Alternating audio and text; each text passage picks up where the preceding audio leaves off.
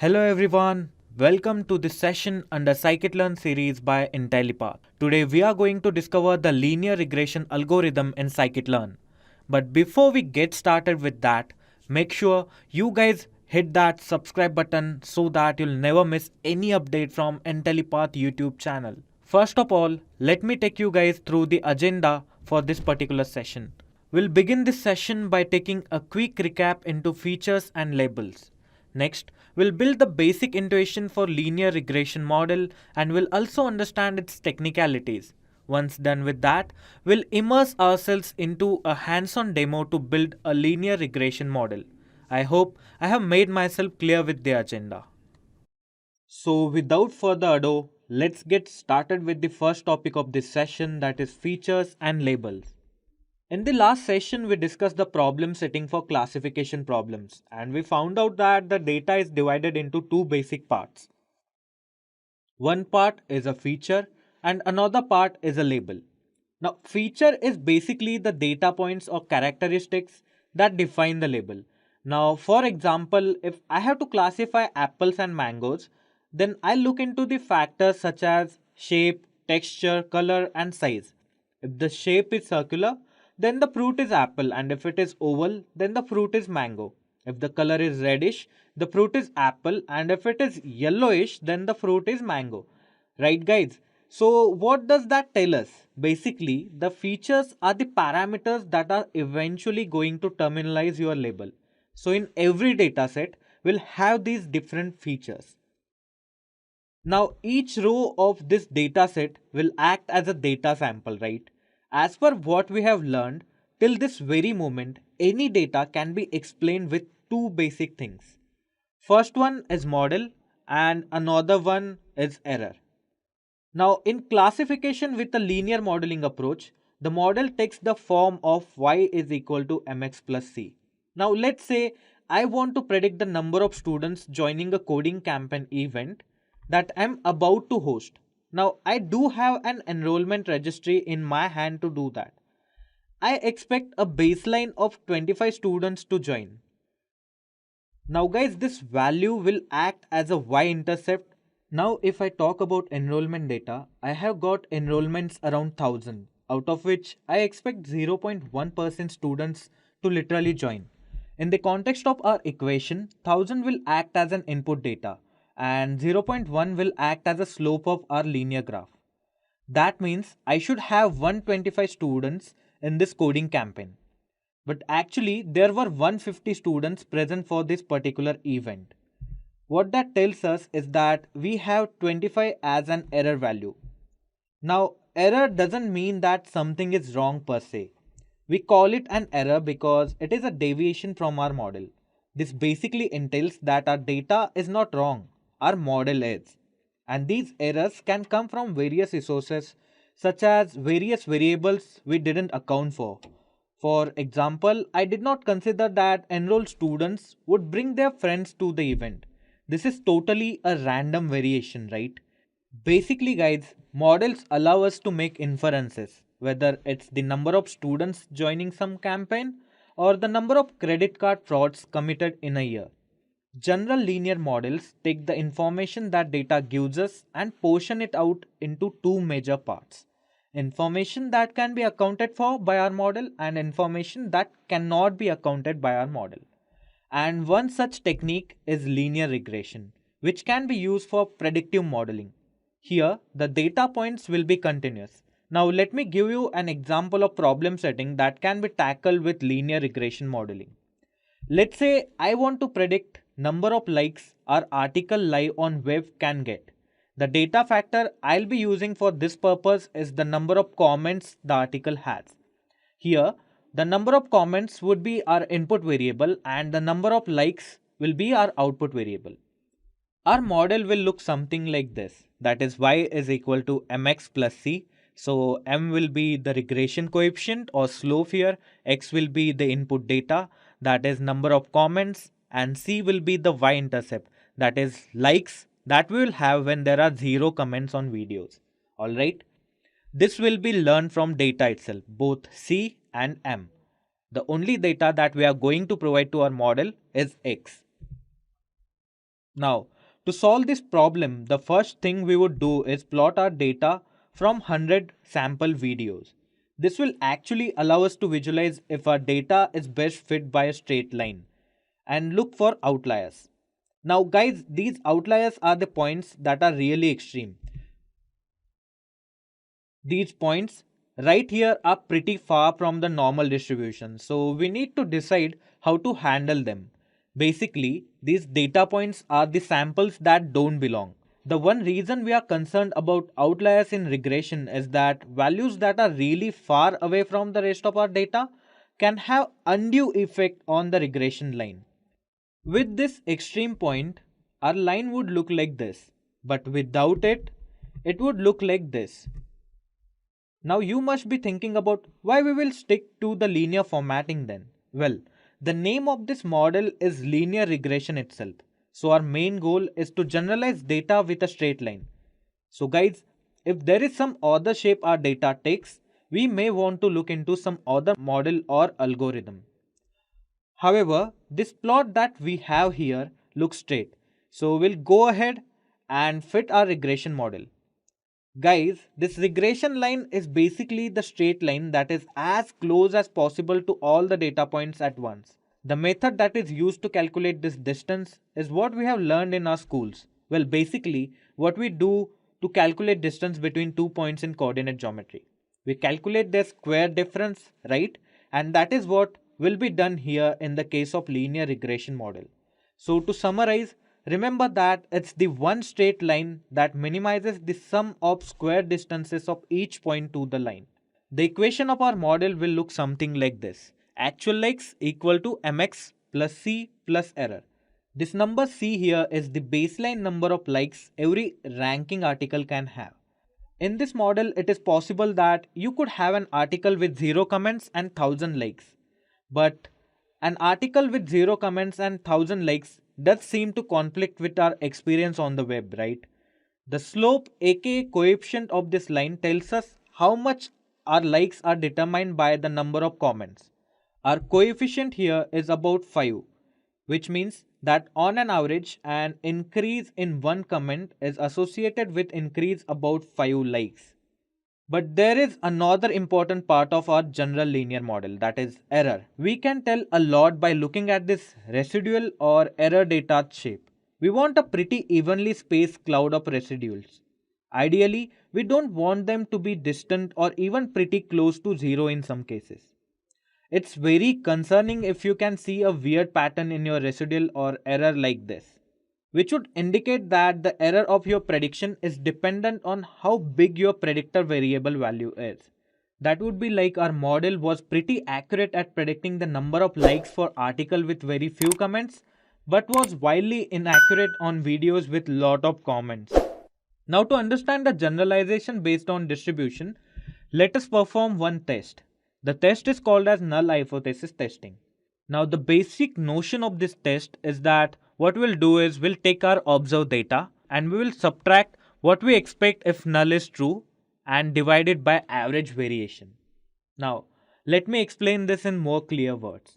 The null hypothesis in our model is that there is no relationship between the number of comments on a ranked web article and the number of likes. So what we are doing is we are taking observed data and then we are understanding if there is no effect of our model. That means if we increase the comments, likes are not going to increase basically. Or if we decrease the basic notion our model is trying to convey. So what it is considering is our model is completely a failure. If that were true, we would expect a kind of amorphous looking scatter plot and a regression line with a slope of 0. It would mean that the number of comments would not help us predict the number of likes. We would just predict the mean number of likes no matter how many comments there were. Now move back to our data. This line right here is our model and this red line is the model we would expect if the null hypothesis were true. Let's consider some notation. Y hat is the predicted number of likes whereas y bar is the mean value of likes in the sample. Taking the square difference between each data point and the mean line tells us the total variation in our dataset. This can be more resonant if I call it as a variance, isn't it? Basically, variance is nothing but the sum of square deviation. It is formalized as total sum of squares divided by n. And we want to know how much of that total variance is accounted for by a regression model and how much is just an error. That would allow us to explain our model with two things, that is prediction made by model and error. If the data is far from the regression line, then our model isn't too good at predicting outcome values. Now, if I have to algorithmize the process of making linear regression, then these are the steps I'll consider it. First, we'll plot our dependent variable on the y-axis against the independent variable which will be lying on x-axis. Prediction will be dependent variable, guys, and information will be an independent variable in our example. I mean, in our article like prediction example, likes will be on y-axis and comments will be on x-axis. And after that, we'll try to plot a straight line and measure correlation. We keep changing the direction of our straight line until we get the best correlation. And finally, we extrapolate or make new predictions from this line to find new values on y-axis. If I have to put this whole learning process in technical jargon, I would say finding M and C, that is slope and bias, is the most important target we have in linear regression. To figure out both these values M and C, we draw a line using an initial guess of M and C through the set of points that we already have.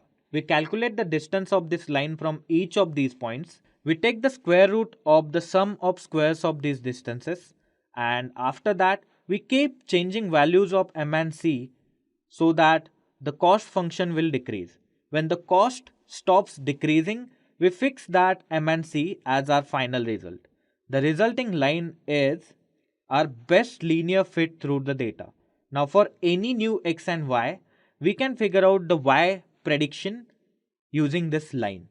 Alright, so that is enough for theory part, guys. Now let's move on to the hands-on demo for creating linear regression model. Okay guys, so to create linear regression model, we are going to use the Boston housing dataset. So basically, this dataset contains information collected by the US Census Service concerning housing in the area of Boston, Mass. So basically, there are total 506 data samples available over this dataset, which has around 14 columns that represent our data.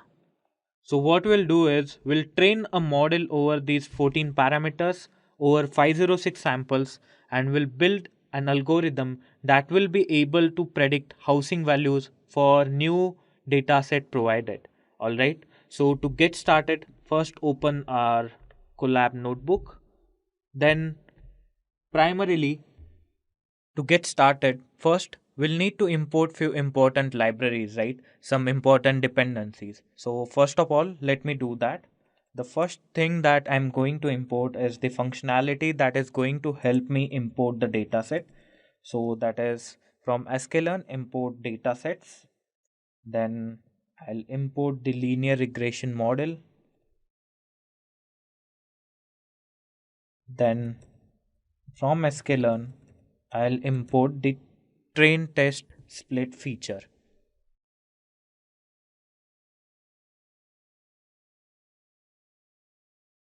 And finally, we'll also import the matplotlib library. Alright, so let me run this block. Now the next thing we'll do is we'll load the Boston dataset. So basically, Boston dataset is part of sklearn library framework itself. So to load that, we have command datasets dot load underscore Boston, and it will return the data. Alright. But the thing is, I want to store this data inside x and y, that is train and target variables. So I'll set return underscore x underscore y as true. Now let me run this block again, and here we have got this data inside x and y parameters.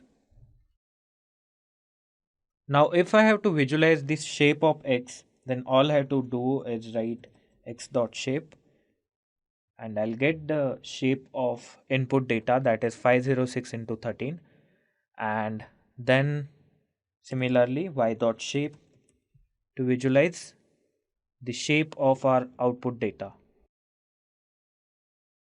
506. Alright. Now the next thing that we'll do is we'll visualize how our data looks with different features and output. Alright. So for the first plot, we'll use scatter plot and we'll print the first column of our data set along with output feature, or okay, this should be colon. Alright, here you can see that there are few outliers in this graph, but still our data looks quite regressible. Alright, we can represent this data with a straight line. Now similarly, let me visualize some other feature. So this time we'll plot the second feature of our data set, that is the second column, and here you can see that there is high variance in our data set and it's getting spread over our plotting area. Alright, and it is difficult to figure out the straight line in this sample, right? So in general, probably what we try to do is we try to remove these features from our data set, but for this particular case there is no need as such. So let me get back to our data set. So guys, basically in Python we have train test split feature. So guys, basically this train test split function is a model validation procedure that allows you to simulate how a model would perform a new or unseen data. So basically what we do is we divide provided dataset into two parts. The first part will be the training part and the left part will be the test part. And you can provide custom sizes to both training and testing parts. Alright, so let me make use of this functionality to create or segregate our data into two parts, that is train and test part.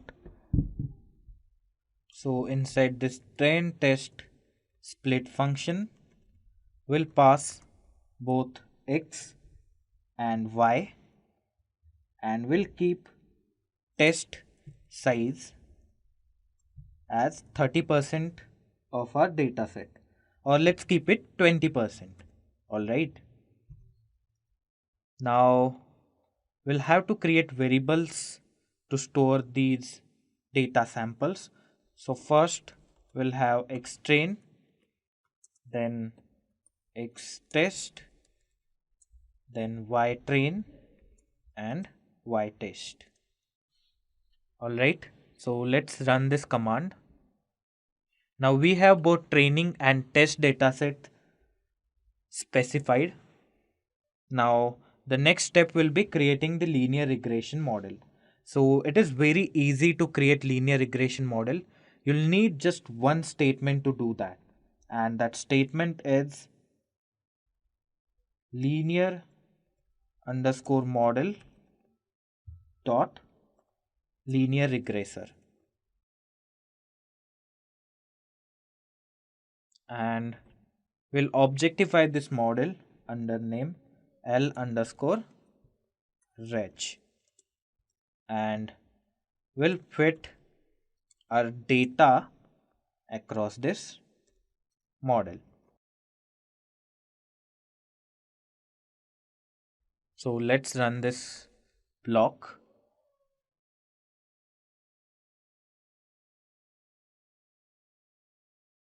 I have made one mistake over here, a very small spelling mistake. So let's rerun this block. Alright, now we have done the fitting of our model. Now the next step will be making the predictions. Alright, for that purpose we'll use our test data set, that is the 20% amount of our data set, and will use the command model.predict and will provide the input testing data. Alright, that is X test. And now we have the list of predictions. Now if you want to print them, you can use the name of variable and it will get printed here. Alright, but what will allow us to visualize this data in more better way is to plot a graph. So for that purpose, let's plot a graph. plt.scatter predictions versus the actual output, that is y test. Now once I run this command, we'll see that our model has aligned data over a straight line. That means what that means is basically our model is making accurate predictions. Now if I want to know how much accuracy that is, then I have to print the accuracy or score of this model, and for that purpose we'll use print accuracy or r square as l_reg.score function. Now let's run this block. Oh, we forgot to pass in. Now here you can find out that we are getting 73% accuracy over this data sample. Now for this particular data set, we are getting accuracy of 73%. Alright. Now if you want to know about more variables such as coefficient and the y-intercept, then we do have functionalities for that as well. So let me print them as well. So print regression coefficient. Since there are multiple columns in our data set, so there will be multiple coefficients as well. So we'll use l_reg dot coefficient command. Alright, now let me run this block as well. l_reg dot coefficient. Alright, and the next thing will be y-intercept, and this y-intercept will be printed with the help of functionality intercept, l_reg dot intercept. Alright, so this is how the linear regression model works, and this is how with the minimal lines of code you can develop the linear regression model for any dataset that is available. Alright, so I hope this hands-on demo is clear to all of you guys out there. That's all we have for this particular session. I thank you all for being here till the end of this session. I hope this session was informative and enthralling. If you have liked this video, a thumbs up would be much appreciated. Also, if you have any concern about said concept, then please put them in the comment box below. Our 24/7 team of experts would be obliged to resolve all of them for you guys. Also, make sure you are subscribed to the Intellipaat YouTube channel so that you never miss upcoming multiple updates under the Scikit Learn series. If you want to make a career in data science, then Intellipaat has IIT Madras Advanced Data Science and AI Certification Program. This course is of very high quality and cost effective, as it is taught by IIT professors and industry experts.